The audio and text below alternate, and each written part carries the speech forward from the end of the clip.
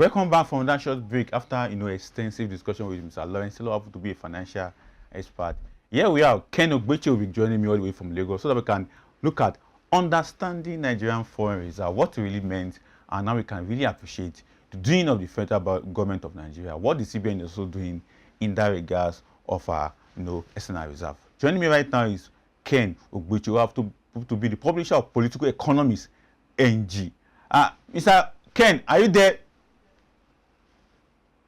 Share. How are you today? Very good, and nice seeing you right now on my show. And let's just get down to the issue at hand.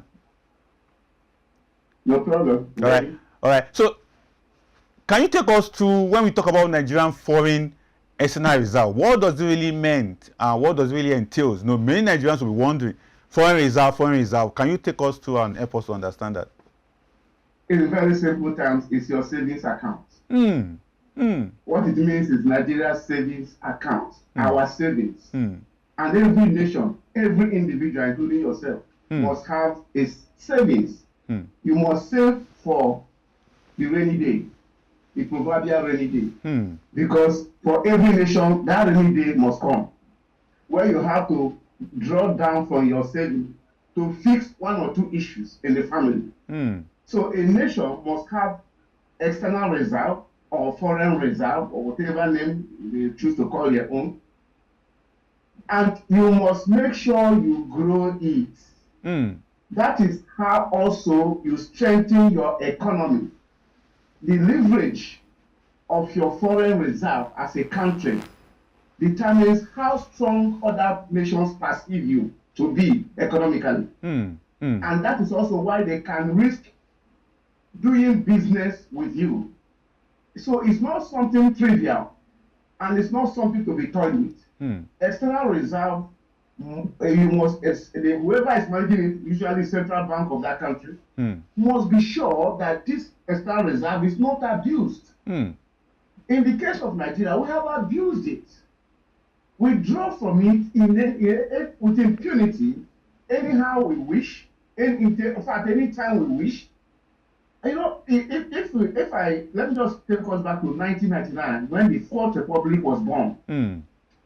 I was group news editor of the Post Express then, and Obasanjo was giving his maiden media chat, the very first media chat, presidential media chat. And one of the questions that was asked was, how much do we have in our external reserve, in our foreign reserve? I know he answered it, and that was our headline. The headline was, my predecessors were reckless in terms of the foreign reserve. And Obasanjo, blunt and bold and courageous as ever, said they drew down the foreign reserve on the eve of their departure, Abu Sami Abubakar regime. It's in print, it's on recorded, it's Obasanjo that said it, not a journalist. We didn't manufacture it. Obasanjo said they were reckless. And when Obasanjo took office, he made only barely $5 billion US.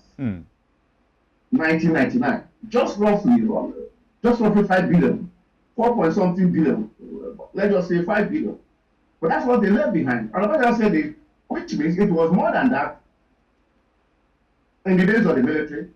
And on their departure, they put their hand in the cookie jar and helped themselves and left just $5 billion. And credit to Obasanjo, who remains my best president since 1999, and I have my reasons. I've reported all the presidents, I've analyzed all the presidents to date. Obasanjo still stands out in terms of being shrewd, in terms of fiscal management, in terms of political will, in terms of the courage to lead. Because the leader must have the courage. So Obasanjo was blunt enough and bold enough to say it as it was then, and they began to build on this. So foreign reserve is not something we should be joking with, because other countries are looking at our foreign reserve and saying, is it worth going there to put our money? We are looking for foreign direct investors. Therefore, FDI, foreign direct investors cannot grow if your own local economy is not perceived to be healthy. And foreign reserve is an indicator of a healthy economy. Just look at the first world nation. Look at the Asian nations and their foreign reserve, staggering. compared to ours. So there's something wrong with a country or an economy that does not mind the health of its foreign reserve. Exactly. There's something intrinsically wrong with that economy. Exactly. And Nigeria economic managers must begin to mind how healthy our foreign reserve is. Exactly. And there are many factors that can make it healthy or not healthy. We'll get to that factor very soon, but let's take a look at what has been achieved so far in the last 2 years of President Bola Ahmed Tinubu.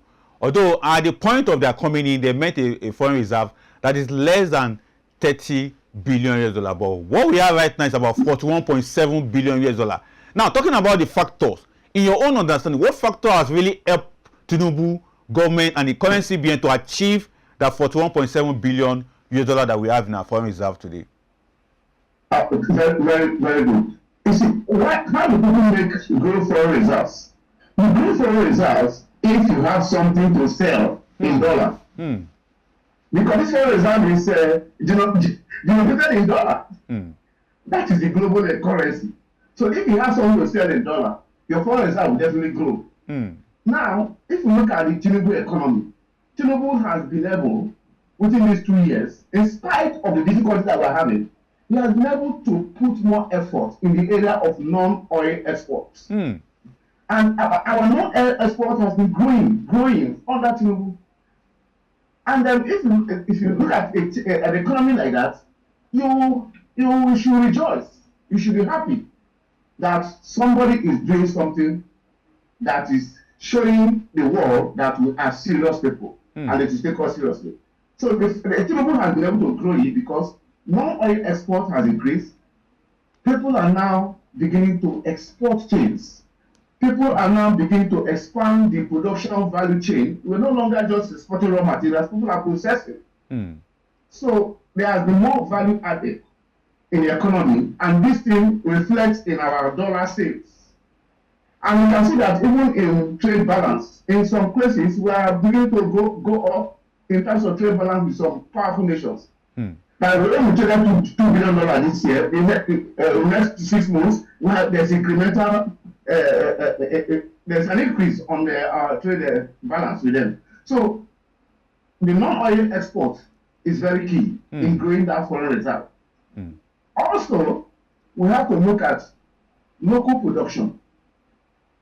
People are beginning to look inwards, and CBN is also trying to manage it in a manner that, importers don't just come to CBN and apply for dollar and they get it. You are scrutinized, because that is what inflation are for reserve. People are just getting dollar. Those days, when Tinubu collapsed the exchange thing for the official rate and the black market, something happened. That thing that happened was a discouragement for people to go to CBN, take dollar in billions, which was the practice then, go to the black market, sell at high price, share with some people, even top officials of CBN. These things are there. Yes, we have investigated most of them, and of course some are in court. That's the way trading with our forex. But that thing has come down or has been eliminated. I won't say completely eliminated, but there could still be some loopholes, since we still have a window of 5 naira to 10 naira differential, black market. But that differential is inconsequential compared to what used to be. So when people are no longer putting pressure on the dollar, there's enough to save. What government is doing, which are called Tinubunomics, is an attempt at saving.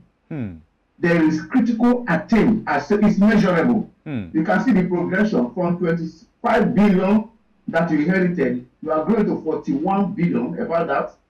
That as at now, and it can only get better. And what that 41 billion means that we can even take $1 billion and still get 40 balance and solve a problem. We can take 2 billions, take 3 billions, and still look healthy. But not when it was $5 billion. Not when it was 10 or 12. At the time it was 12. It grew into 12. At the time, it got to $60 billion. That's 2009. Then it crashed. It has been seesawing, but the Tinubu government should also be conscious of our past. The profligacy, the larceny, the corruption, that attended forex management in the past through the complicity of Central Bank of Nigeria and managers of Central Bank, through the complicity of the people that manage the economy, the Ministry of Finance, top dogs in the Ministry of Finance, and then some big name businessmen who were just trading with our forex and leaving fat. What Sanusi said, that under Jonathan and the rest of them, there was fuel subsidy. And he said under Buhari, that's Lamido Sanusi. He said under Buhari, what you have is forex subsidy. That he said, I can just stay in my house and make a phone call, and billionaires will roll into my account. So with that profligacy, that era, we should do away with that and never go back to it. Exactly. Let us just consume what we produce. Let us live within our means. Let us put down this ostentation and this idea of exotic lifestyle. Everything was exotic in my house. From the chair, television, the cars, everything around us. But we have these things made in Nigeria. Why can't we just use Naira and buy it? Exactly. And reduce the pressure on the dollar. Exactly. Now, reducing the pressure on the dollar, Mr. Ken, is very important, very interesting. But in just 1 minute before I let you go, CBN is meeting on Monday and Tuesday for the FPC rate adjustment or announcement. In 1 minute, what will you tell CBN at this point in time? Judging by all banks across the world are cutting rate, but you know the peculiarity of Nigerian economy. So what's your advice to CBN at this point in time?